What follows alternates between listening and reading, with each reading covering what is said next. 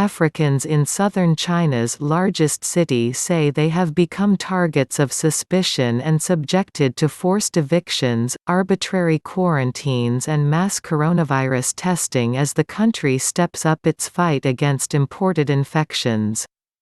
China says it has largely curbed its COVID-19 outbreak, but a recent cluster of cases linked to the Nigerian community in Guangzhou sparked the alleged discrimination by locals and virus prevention officials. Local authorities in the industrial center of 15 million said at least 8 people diagnosed with the illness had spent time in the city's Yusho district, known as Little Africa. 5 were Nigerian nationals who faced widespread anger after reports surfaced that they had broken a mandatory quarantine and been to 8 restaurants and other public places instead of staying home. As a result, nearly 2,000 people they came into contact with had to be tested for COVID-19 or undergo quarantine, state media said. Guangzhou had confirmed 114 imported coronavirus cases as of Thursday, 16 of which were Africans, the rest were returning Chinese nationals. It has led to Africans becoming targets of suspicion, distrust and racism in China. Several Africans told AFP they had been forcibly evicted from their homes and turned away by hotels. "I've been sleeping under the bridge for 4 days with no food to eat. I cannot buy food anywhere, no shops or restaurants will serve me," said Tony Matthias, an exchange student from Uganda who was forced from his apartment on Monday.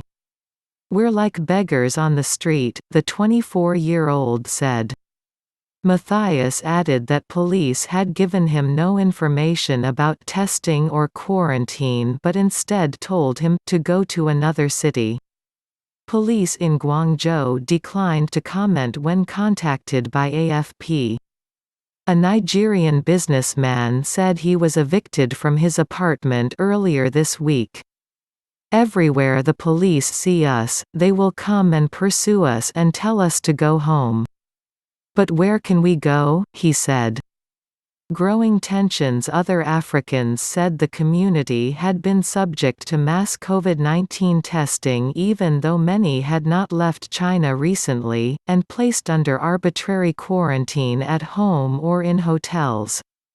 China has banned foreign nationals from entering the country and many travelers are being sent into 14-day quarantines either in their own accommodation or at centralized facilities. Tiam, an exchange student from Guinea, said police ordered him to stay home on Tuesday even after he tested negative for COVID-19 and told officers he had not left China in almost 4 years. He believes the measures are specifically and unfairly targeting Africans. "All the people I've seen tested are Africans. Chinese are walking around freely but if you're black you can't go out," he said. Denny, a Nigerian trader evicted from his flat on Tuesday, said police moved him to a hotel for quarantine after he spent several days sleeping on the streets. "Even if we have a negative test result, police don't let us stay in our accommodation and they don't give a reason why," he said.